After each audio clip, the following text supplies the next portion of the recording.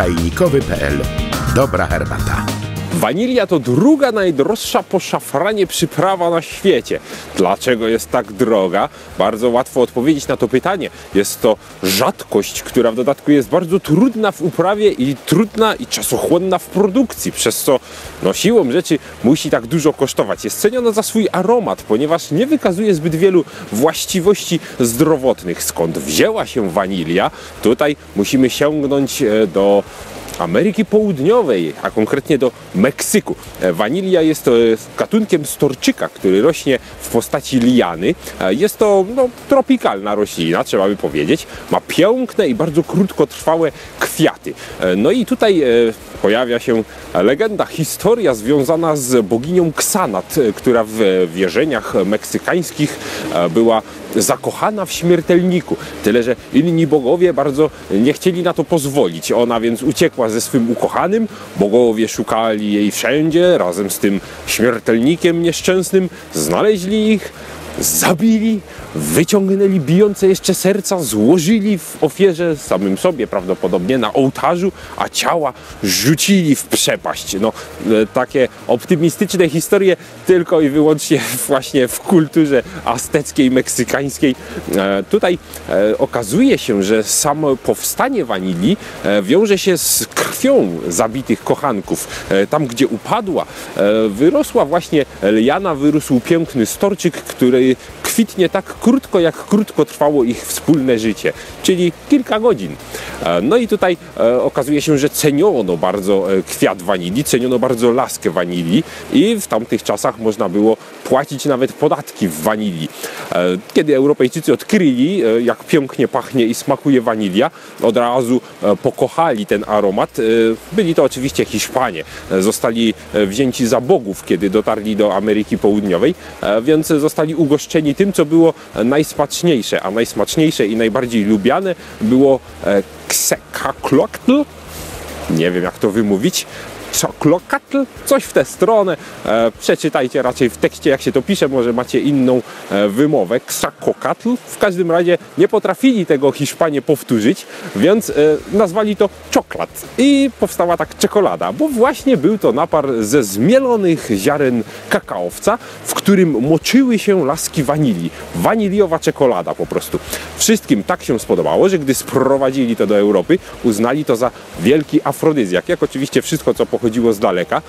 No i tutaj okazuje się, że do tego stopnia kojarzyło się to właśnie z tymi sprawami, że gdy mężczyzna zapraszał kobietę wieczorem na czekoladę, to jego intencje były oczywiste i jasne, więc można było w sumie umówić się w dość elegancki sposób właśnie na słodziutką czekoladę z wanilią. Zanim uda nam się wyprodukować coś takiego, wanilia musi przejść bardzo długą drogę. Po pierwsze, uprawiana jest w Meksyku, gdzie rosła dziko i gdzie występują specjalne kolibry i specjalne pszczoły, które są w stanie zapylić bardzo trudne do zapylenia kwiaty wanilii. Okazuje się, że część męska i część żeńska w tym kwiecie oddzielona jest specjalną błoną, którą trzeba zniszczyć, żeby te pyłki wymieszać, jakby przenieść pyłek z kwiatka na kwiatek. Może to zrobić tylko koliber, który ma bardzo długiego dzioba, albo właśnie specjalna pszczoła, która też tam daje radę się dostać. Co ciekawe, nie do każdego kwiatka pasuje każda pszczoła, przez co część kwiatów w ogóle nie zostaje zapylonych, bo nie znajduje się pszczoła, która byłaby w stanie się tam dostać. Przez tak trudne zapylanie wanilia była przez długie lata zupełnie niemożliwa do uprawiania. Okazało się, że wszyscy bardzo chcą tej wanilii, wszyscy chcą założyć plantację gdzie indziej.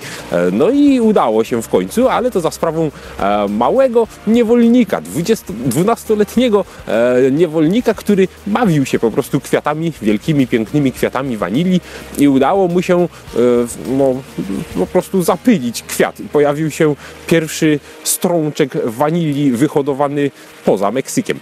No i właśnie w ten sposób rozeszła się na cały świat technika wynaleziona przez tego niewolnika i teraz kobiety, które się tym zajmują, nazywa się swatkami. Mają taki specjalny kolec, którym odpowiednio majstrują w kwiatku, który notabene rośnie tylko kwitnie, właściwie tylko kilka godzin i trzeba to szybko zrobić. Codziennie zakwita inny, więc trzeba to robić codziennie i rozpoznawać, który już był, a który nie, a który trzeba w ogóle pominąć, ponieważ jeśli zapyli się zbyt dużo kwiatów, robią się małe, marne laseczki wanilii i mają niską wartość. Taka wanilia jest lianą, więc musimy zapewnić jej jeszcze, oryginalnie w dżungli był to stary pień, ale tutaj robi się teraz jakieś konstrukcje, po których może się to w ogóle wspinać. Kiedy już są stronki, po 6 tygodniach od tego zapylenia, muszą dojrzewać około 9 miesięcy i trzeba je zerwać w najodpowiedniejszym momencie, kiedy zaczynają na dole pękać. Później trzeba je przetworzyć, ponieważ okazuje się, że one w ogóle jeszcze nie pachną. Nie jest to ten aromat, za który wszyscy wanilię kochają. One muszą przejść trochę fermentację podobną do herbaty. Moczy się je w gorącej wodzie, później szczelnie zamyka, żeby się spociły. Później się suszy. Proces ten również trwa bardzo długo, bo często robicie to na słońcu. Efekt jest taki, że wanilię naprawdę trudno zrobić. Później się ją segreguje. Co ciekawe, najlepsza wanilia pokryta jest szronem wanilinowym, czyli takim nalotem białym, który właśnie są to po prostu kryształki waniliny. Jest to wtedy najbardziej aromatyczna i najintensywniejsza wanilia, jaką możemy znaleźć, więc jest naprawdę droga i ma ku temu wszelkie powody. Wanilia oryginalnie najczęściej dodawana jest do czekolady, ale jest również bardzo popularnym i pasującym moim zdaniem dodatkiem do herbaty. Herbaty aromatyzowane wanilią świetnie nadają się raczej do ciasta, do słodkich podwieczorków, raczej nie na śniadanie, nie do cytryny, coś relaksującego popołudniowego. Jak należy dodać taką wanilię? Bardzo prosto i na wiele sposobów. Przede wszystkim laskę waniliową można wrzucić do samej parzącej się herbaty, wymieszać z fusami.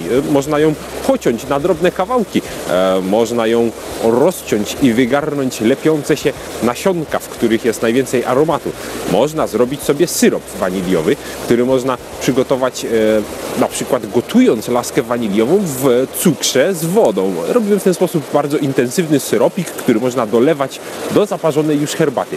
Możemy również zastosować cukier waniliowy i tu uwaga, trzeba zwrócić uwagę, żeby to nie był cukier wanilinowy, ponieważ nikt tego nigdy nie czyta bardzo dokładnie, literka po literce. To, co jest w sklepach, to jest cukier wanilinowy, który jest sztuczny. Aromat waniliny jest tam oczywiście taki jak w prawdziwej wanilii, bo jest to ta sama substancja, ale jest to tylko jedna substancja i to stworzona przez chemików. Natomiast w lasce waniliowej jest bardzo dużo różnych aromatycznych rzeczy, przez co bukiet zapachowy samej wanilii to nie to samo co cukier wanilinowy. Żeby cukier mógł być cukrem waniliowym, musi zawierać co najmniej te 27-30% samej wanilii. I to można zrobić samemu, wtykając mnóstwo wanilii właśnie w słój cukru i zamykamy na dłuższy czas. Samą herbatę możemy aromatyzować wanilią w ten sam sposób. Dorzucamy laski wanilii do samych fusów, jeszcze nie zaparzone, do suszu herbacianego. Szczelnie zamykamy, herbata intensywnie absorbuje obce zapachy, w tym przypadku zapach wanilii, przez co będziemy mieli przyjemną, aromatyzowaną wanilią herbatę. Powszechnie używa się wanilii do robienia różnych słodyczy, kremów, tytoniu nawet waniliowego, więc herbata, czemu by nie? Myślę, że idealne rozwiązanie dla każdego, kto lubi nuty słodkie, i romantyczne, bo jednak historia wanilii w Europie to historia podbojów największych kochanków tamtych czasów. To wszystko na dziś. Zapraszam na czajnikowy.pl.